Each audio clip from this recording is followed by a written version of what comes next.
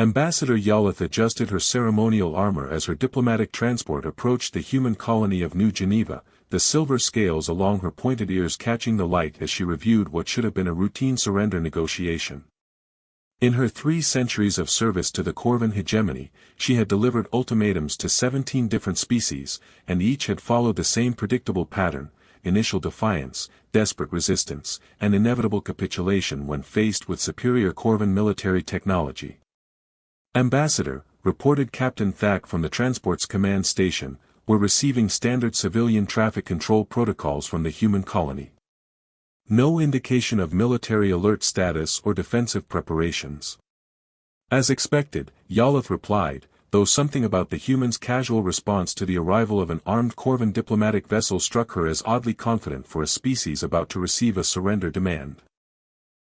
Intelligence reports indicated that humans lacked the unity or strategic awareness to mount effective resistance against Korvan expansion.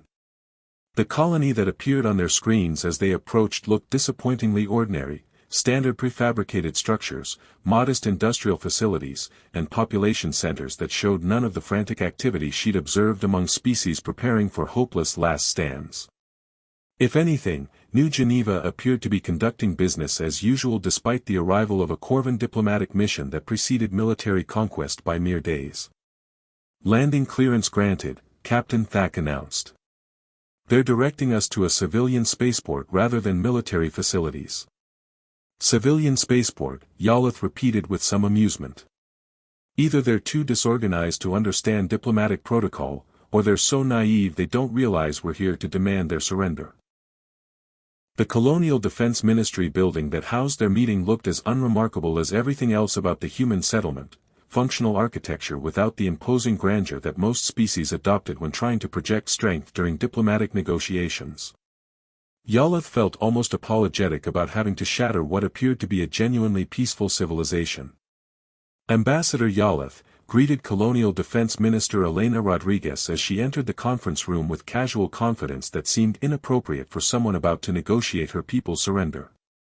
"Welcome to New Geneva. I trust your journey from Korvan space was comfortable." "Minister Rodriguez," Yaleth replied formally, activating her translation protocols while studying the human woman whose demeanor suggested either remarkable composure or complete ignorance of her situation. "I appreciate your hospitality, though I'm afraid the purpose of my visit is not entirely social." "Of course not," Elena agreed with what might have been amusement. "You're here to offer us the opportunity to join the Korvan hegemony as a tributary state. Quite an honor for a young species like humanity." Yaleth paused in her prepared presentation, surprised by Elena's matter-of-fact acknowledgement of the situation. "You're aware of the purpose of my mission?" "We're aware of the Korvan expansion pattern," Elena confirmed, settling into her chair with relaxed attention that suggested she was looking forward to an interesting conversation rather than dreading a dire ultimatum. 17 systems conquered in the past decade, each following similar diplomatic overtures followed by military enforcement of tributary status. "Then you understand that resistance would be futile," Yaleth said, though Elena's tone suggested she understood something quite different.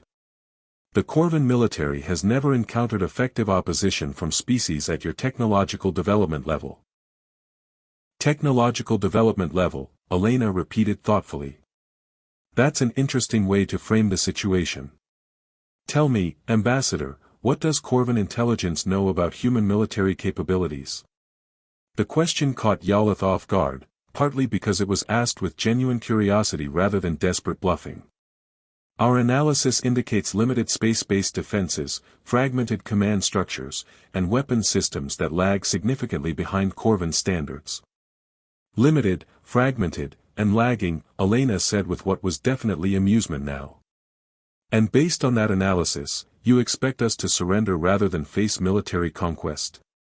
"I expect you to make the rational choice for your people's survival," Yaleth replied, beginning to feel unsettled by Elena's casual confidence.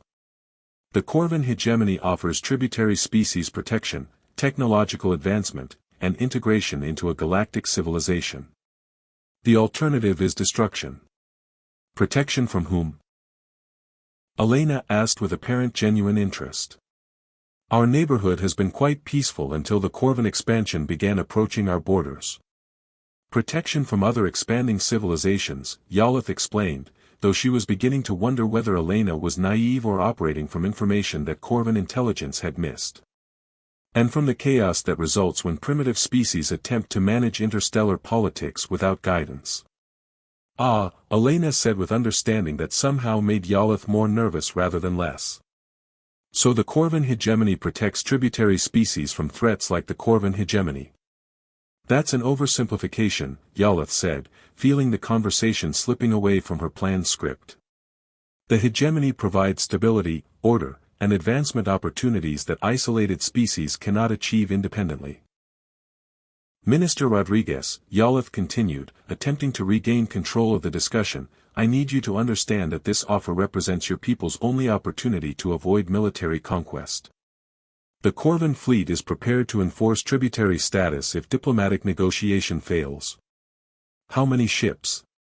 Elena asked with the kind of professional interest that suggested she was evaluating tactical rather than political information. I'm not authorized to discuss specific military capabilities, Yaleth replied automatically, though the question itself worried her. But sufficient force to overcome any resistance your people might attempt. Of course, Elena agreed diplomatically. Though I'm curious about something. In your experience with other species, how often do diplomatic negotiations result in voluntary tributary status versus military enforcement?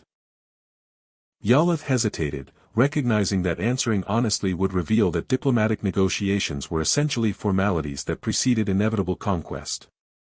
Most species eventually recognize the benefits of peaceful integration. Eventually, Elena repeated.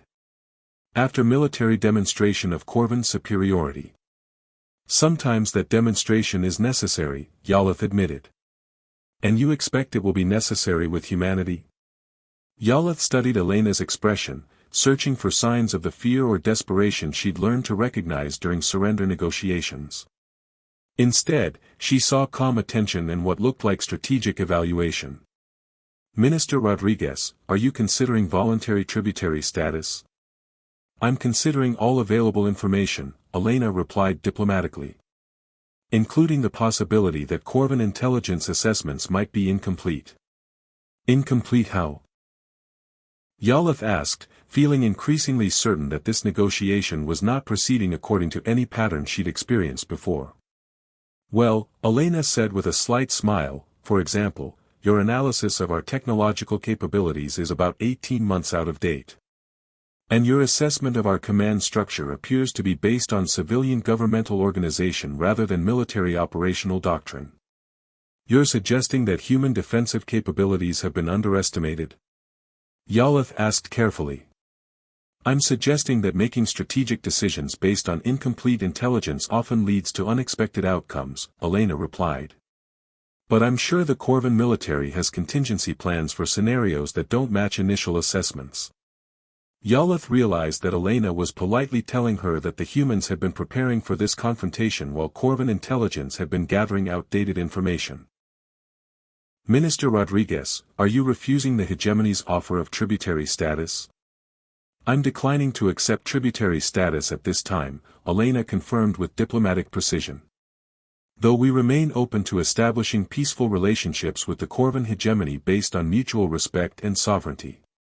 Mutual respect and sovereignty, Yaleth repeated, recognizing the diplomatic language for rejection of Korvan demands. Minister, I need you to understand that the Korvan military will interpret that response as a declaration of hostility. The Korvan military is welcome to interpret our desire for independence however they choose, Elena said calmly. Though I should mention that human military doctrine tends to treat unprovoked aggression as a learning opportunity. Learning opportunity? Yaleth asked, not liking the implications of that phrase. We're a young species, as you noted, Elena explained with cheerful honesty. We have limited experience with large-scale interstellar warfare. An opportunity to observe and respond to advanced military tactics would be quite educational. Yaleth felt a chill of apprehension as she realized that Elena was describing the coming conflict not as a desperate struggle for survival but as a chance for humans to gain experience in warfare against superior opponents. Minister Rodriguez, you're talking about using your people's lives to experiment with untested military strategies. I'm talking about defending our sovereignty using all available resources and capabilities, Elena corrected gently. Some of which may not be apparent in current Korvan intelligence assessments. As the meeting concluded with formal rejection of Korvan demands, Yaleth found herself walking back to her transport with growing unease about what her people were about to encounter. Elena's confidence hadn't seemed like bluffing or desperate bravado. It had felt like genuine strategic assessment based on information that Korvan intelligence had failed to gather. Ambassador, Captain Thak inquired as they prepared for departure, shall I signal the fleet to begin conquest operations? Signal the fleet to proceed with standard protocols, Yaleth replied, though privately she was beginning to suspect that this conquest might not follow standard patterns. And recommend heightened reconnaissance before engagement. The humans may have capabilities that weren't included in our intelligence briefings. Capabilities sufficient to threaten Korvan military superiority? Captain Thak asked with obvious skepticism. I don't know, Yaleth admitted, looking back at the human colony that showed no signs of panic or military preparation despite having just rejected a surrender ultimatum. But Minister Rodriguez seemed remarkably confident for someone whose people are about to face conquest by a superior military force. As their transport departed New Geneva, Yaleth couldn't shake the feeling that she had just participated in a conversation that would prove far more significant than either side had explicitly acknowledged.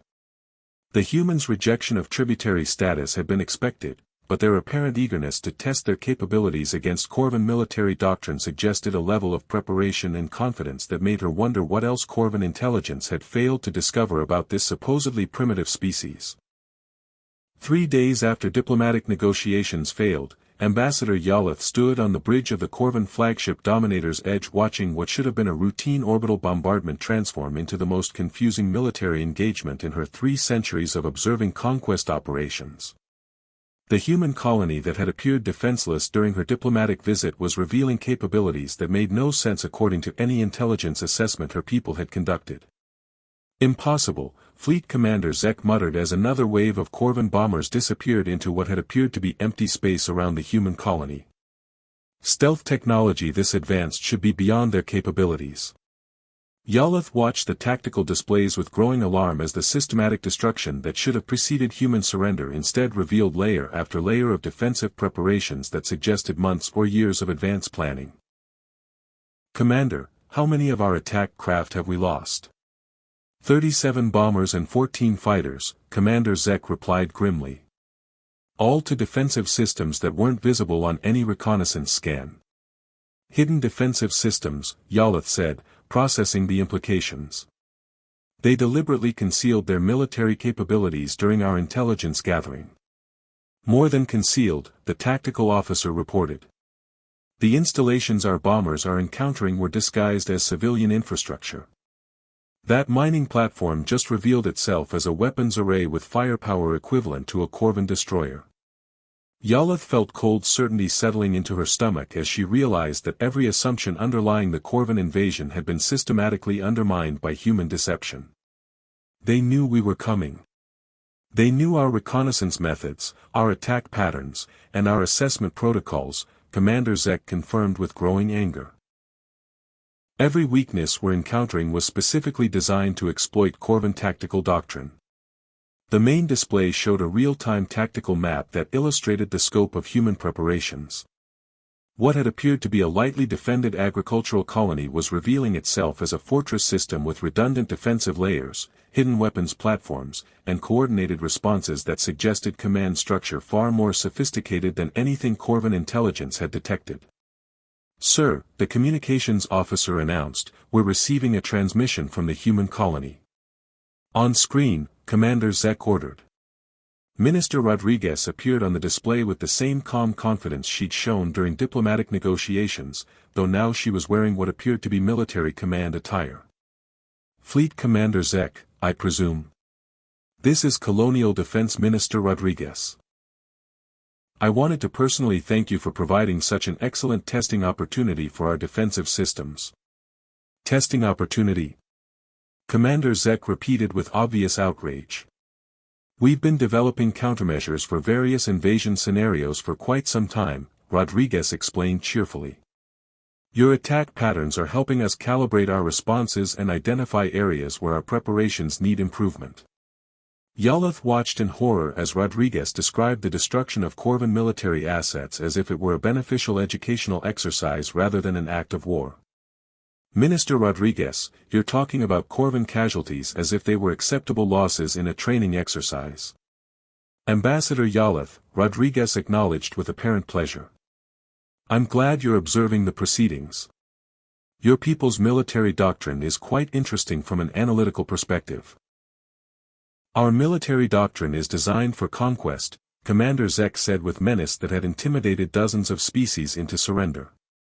Not for providing educational entertainment to primitive civilizations. Primitive civilizations, Rodriguez repeated thoughtfully. Commander, I think you might be operating under some misconceptions about human capabilities and intentions. What misconceptions? Yaleth asked, though she was beginning to suspect she knew the answer. Well, for example, you assumed that our apparent lack of advanced technology indicated limited military potential, Rodriguez explained. In reality, we've been focusing our technological development on areas that your reconnaissance wouldn't identify as militarily significant. Such as? Commander Zek demanded.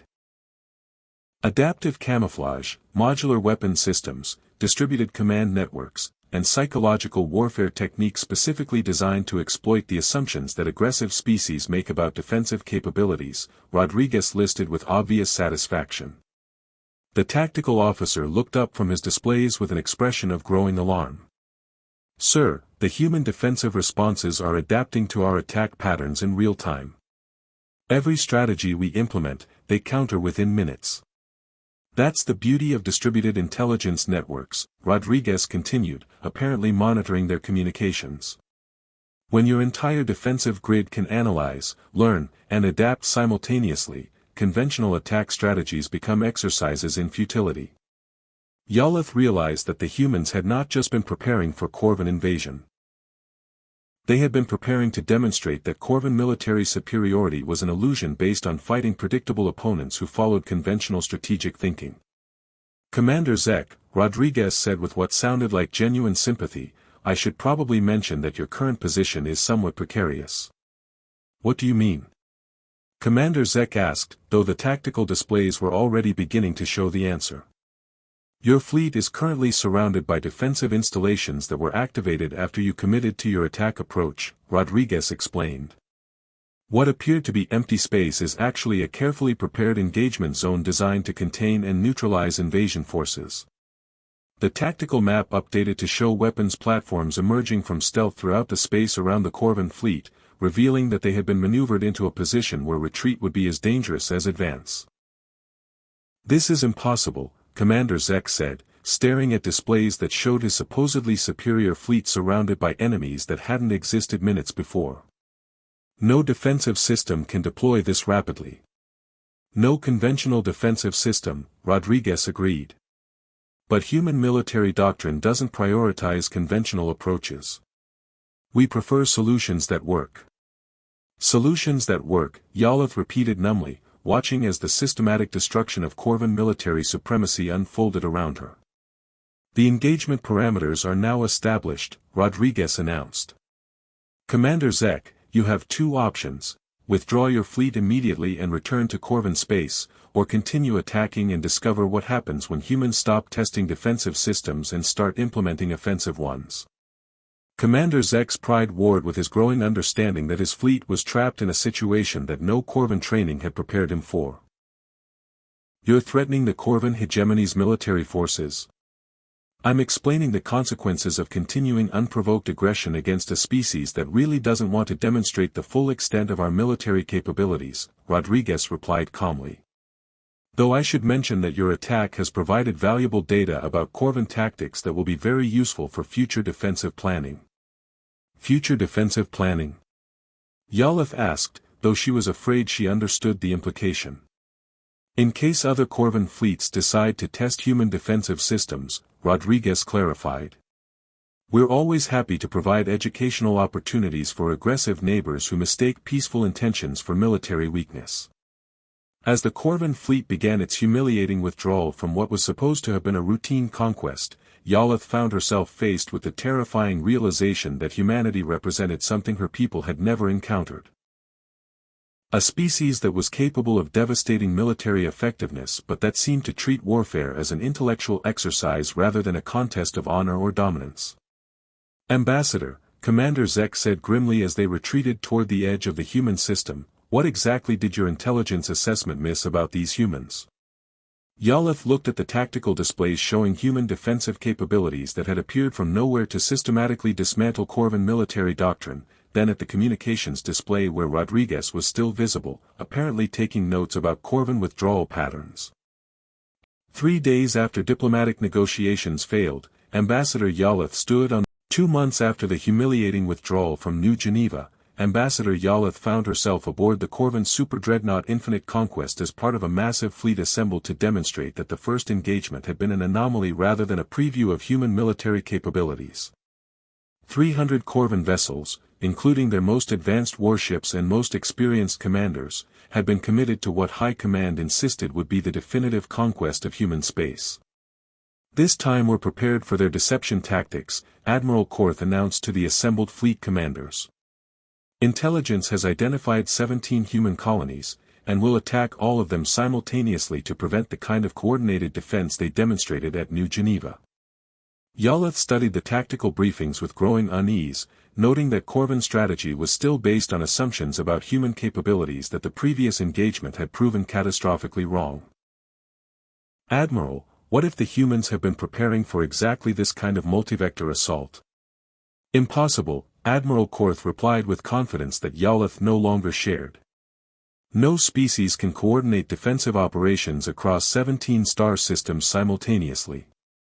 Their communication delays alone would prevent effective tactical coordination. Unless they've developed communication technology that we don't understand, Yaleth suggested carefully, remembering Minister Rodriguez's casual confidence about capabilities that Korvan intelligence had failed to detect.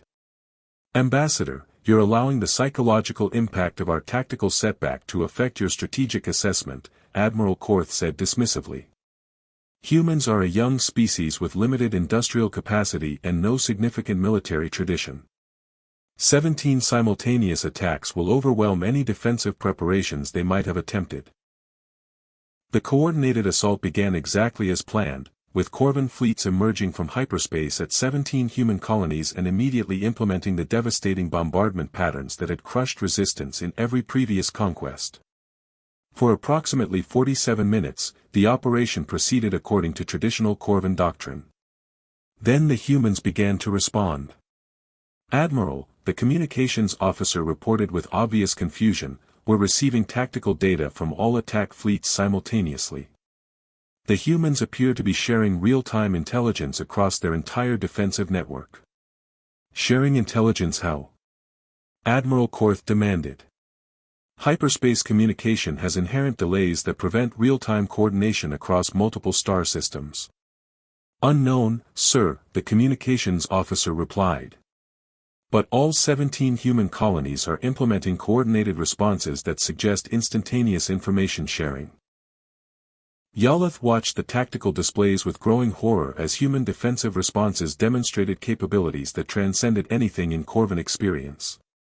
Not only were the humans coordinating defense across impossible distances, but they were learning from each engagement and immediately sharing tactical innovations across their entire network.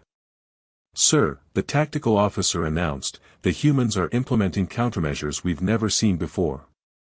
Attack patterns that prove effective against one colony are being neutralized at other colonies within minutes.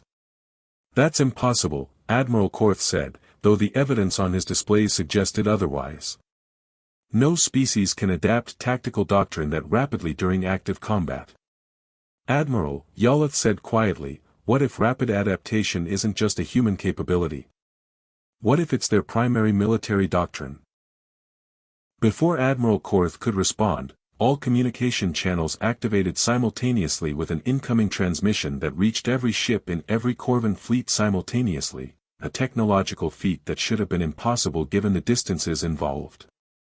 Admiral Korth, Minister Rodriguez appeared on every screen in the Korvan assault fleet, her expression carrying the same calm confidence Yaleth remembered from their diplomatic meeting. I wanted to thank you personally for providing such an excellent opportunity to test our distributed defense protocols.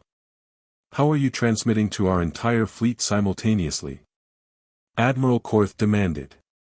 Quantum entanglement communication networks, Rodriguez explained cheerfully. We've been developing instantaneous communication technology for quite some time.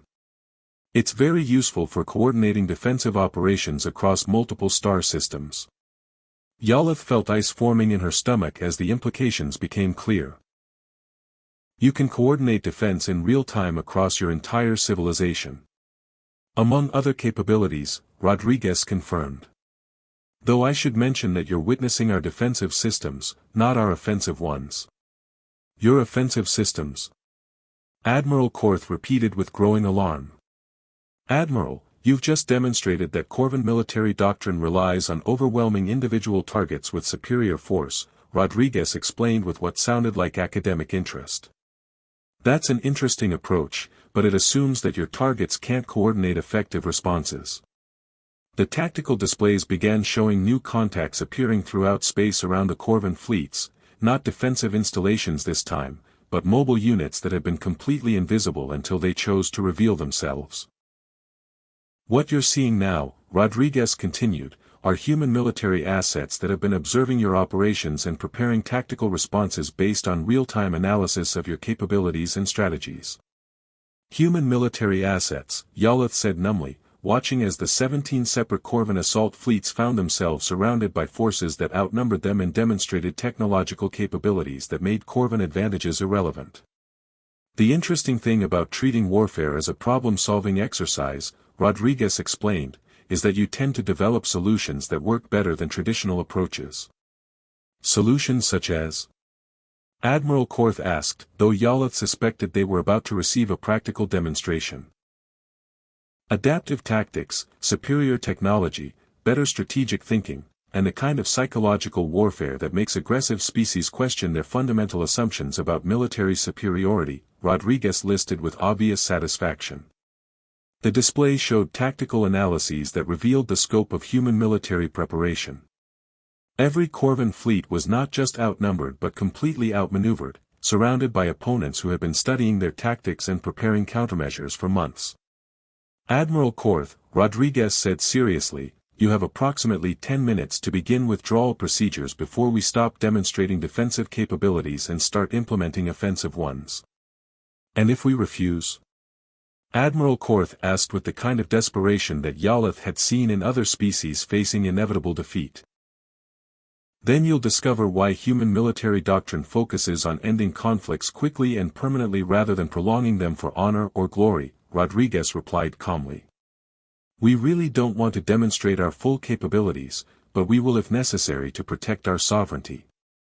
As alarms began sounding throughout the Korvan fleet and Admiral Korth realized that withdrawal was their only option for avoiding complete destruction, Yaleth found herself faced with a truth that would haunt her for the rest of her life. Humanity didn't just possess superior military capabilities, they possessed superior understanding of warfare itself. They've been studying us, she said quietly as the Korvan fleet began its second humiliating retreat from human space. Not just our technology or our tactics, but our entire approach to conflict. And? Admiral Korth asked grimly. And they've developed strategies that make our entire military tradition obsolete, Yaleth replied, watching as human forces demonstrated tactical superiority that went far beyond technological advantage into fundamental reimagining of what warfare could accomplish. Ambassador, Admiral Korth said as their retreat accelerated, in your assessment, can the Korvan Hegemony achieve military victory against these humans? Yaleth looked at the displays showing human capabilities that transcended every assumption her people had made about warfare, conquest, and military dominance. Admiral, she said quietly, I don't think anyone can achieve military victory against these humans. I think they may be something we've never encountered before. Which is? Gods of war, Yaleth said simply. A species that understands conflict so completely that opposing them isn't just futile, it's educational. For them. 6 months after the failed 17-system assault that had cost the Korvan Hegemony nearly half their fleet, Ambassador Yaleth stood before the High Command Council preparing to deliver a report that would fundamentally alter her people's understanding of their place in the galaxy. The chamber that had witnessed the planning of countless conquests now hosted the most difficult conversation in Korvan history, acknowledging that they had encountered a species they could not defeat. Honored commanders, Yaleth began, her voice carrying the weight of conclusions she had hoped never to reach. After 6 months of analysis, tactical review, and strategic assessment, I must recommend immediate cessation of all hostile operations against human civilization and the initiation of formal peace negotiations. Unacceptable, declared High Commander Vex, whose military career had been built on the assumption of Korvan invincibility. The hegemony does not negotiate with inferior species. We conquer them or we destroy them. With respect, High Commander, Yaleth replied, activating holographic displays that showed the devastating effectiveness of human military doctrine. Humanity is not an inferior species. Our intelligence assessments were fundamentally flawed, and continuing hostilities will result in the complete destruction of Korvan military capability. Impossible, High Commander Vex insisted, though his conviction seemed strained by the tactical data Yaleth was presenting. No species can match Korvan military superiority. Humanity doesn't match Korvan military superiority, Yaleth said quietly. They transcend it. They've developed approaches to warfare that make our entire military tradition obsolete. The holographic displays showed captured human communications, tactical analyses, and strategic assessments that painted a picture of military capability that went far beyond anything the Korvan had previously encountered. Human forces hadn't just defeated Korvan fleets, they had systematically dismantled Korvan strategic doctrine while treating the entire conflict as a learning experience. The humans have been studying our methods for over a year, Yaleth continued, developing countermeasures for every aspect of Korvan military capability while concealing their own technological advancement and strategic preparation. Studying our methods for what purpose? Asked High Commander Vex, whose own fleets had been among those humiliated during the 17-system assault. To understand us completely, Yaleth replied with growing certainty. The humans don't just fight to win individual engagements, they fight to understand the nature of warfare itself. Every battle teaches them something new about their opponent's capabilities and limitations. And what have they learned about our capabilities and limitations? High Commander Vex asked grimly. Everything, Yaleth said simply. They understand our tactics better than we do, they've identified weaknesses in our strategic doctrine that we never knew existed, and they've developed weapons and defenses specifically designed to exploit every advantage we thought we possessed. The council chamber fell silent as the implications of Yaleth's assessment settled over the assembled military leadership. For centuries, Korvan expansion had been based on the assumption that superior technology and aggressive tactics would inevitably overcome any resistance. You're telling us that the humans have made our military doctrine ineffective? High Commander Vex asked. I'm telling you that the humans have made our military doctrine irrelevant, Yaleth corrected. They've reimagined warfare in ways that render traditional concepts of conquest and domination meaningless. How? High Commander Vex demanded. By treating conflict as a problem to be solved rather than a contest to be won, Yaleth explained, drawing on months of analysis of human strategic thinking. They don't fight for glory, honor, or dominance. They fight to end threats permanently and efficiently, which makes them far more dangerous than opponents who fight for traditional reasons. The holographic displays showed intercepted human communications that revealed the scope of their strategic thinking. Human military leaders discussed Korvan capabilities with clinical detachment, analyzing weaknesses and developing countermeasures with the kind of systematic thoroughness that suggested warfare was simply another field of scientific inquiry. What's most disturbing, Yaleth continued, is that the humans appear to enjoy the intellectual challenge that warfare presents. They treat complex military problems like puzzles to be solved, which means that every engagement makes them better prepared for future conflicts. You're saying they're learning from our attacks? High Commander Vex asked. I'm saying they're grateful for our attacks, Yaleth replied with growing horror. Every assault we launch provides them with data about our capabilities and opportunities to test their own defensive and offensive systems. We're not fighting them, we're training them. High Commander Vex studied the tactical displays with obvious reluctance to accept what they revealed. Ambassador Yaleth, are you recommending that the Korvan Hegemony surrender to humanity? I'm recommending that the Korvan Hegemony acknowledge that we have encountered a species whose military capabilities are so far beyond our own that continued hostilities represent an existential threat to our civilization, Yaleth said formally. An existential threat? High Commander Thex repeated. The humans have demonstrated that they can coordinate instantaneous responses across their entire civilization, deploy technologies we don't understand, and implement strategies that neutralize our advantages while exploiting our weaknesses, Yaleth explained. Continued aggression will result in human forces pursuing our fleets back to Korvan home systems, where they will demonstrate that our defensive capabilities are as obsolete as our offensive ones. The council chamber erupted in protests and denials, but Yaleth continued her presentation with the grim determination of someone delivering news that no one wanted to hear but everyone needed to understand. The humans have sent a message to High Command, she announced, activating a communication that had arrived just hours before the council meeting. Minister Rodriguez appeared in the holographic display with her characteristic calm confidence, addressing the Korvan leadership directly. High Command, this is Colonial Defense Minister Rodriguez. I wanted to personally extend an invitation for Ambassador Yaleth to return to human space for peace negotiations. Peace negotiations, High Commander Vex said with obvious bitterness. We understand that the Korvan hegemony has been expanding through military conquest for several centuries, Rodriguez continued, and we respect your martial traditions. However, we hope you'll consider the possibility that cooperation might be more profitable than conflict. More profitable how? High Commander Thex asked, though he was addressing the recording rather than expecting an answer. The galaxy is large enough for multiple civilizations to thrive, Rodriguez explained. Human technological development has focused on areas that might complement Korvan capabilities rather than compete with them. We believe that mutual benefit is possible if both species can move beyond assumptions about dominance and submission. The message concluded with formal invitation for diplomatic contact and assurances that human forces would not pursue retreating Korvan fleets as long as no further aggressive actions were taken against human territories. They're offering us peace, Yaleth said quietly. Not surrender, not tributary status, but genuine peace between equals. Equals, High Commander Vex repeated with the kind of bitter resignation that came from recognizing unwelcome truths. You're saying that humanity considers itself equal to the Korvan hegemony. I'm saying that humanity has demonstrated capabilities that make them superior to the Korvan hegemony in every way that matters for survival and prosperity, Yaleth corrected. And they're offering us the opportunity to coexist peacefully despite that superiority.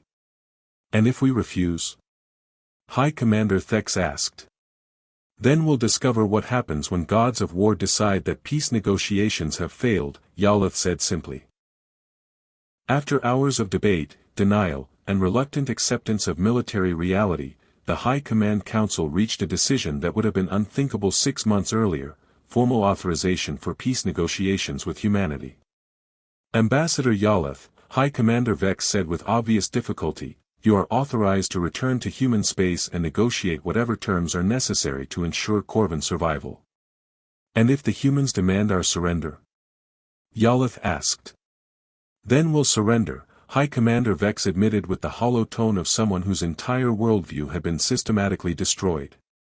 Because the alternative is extinction.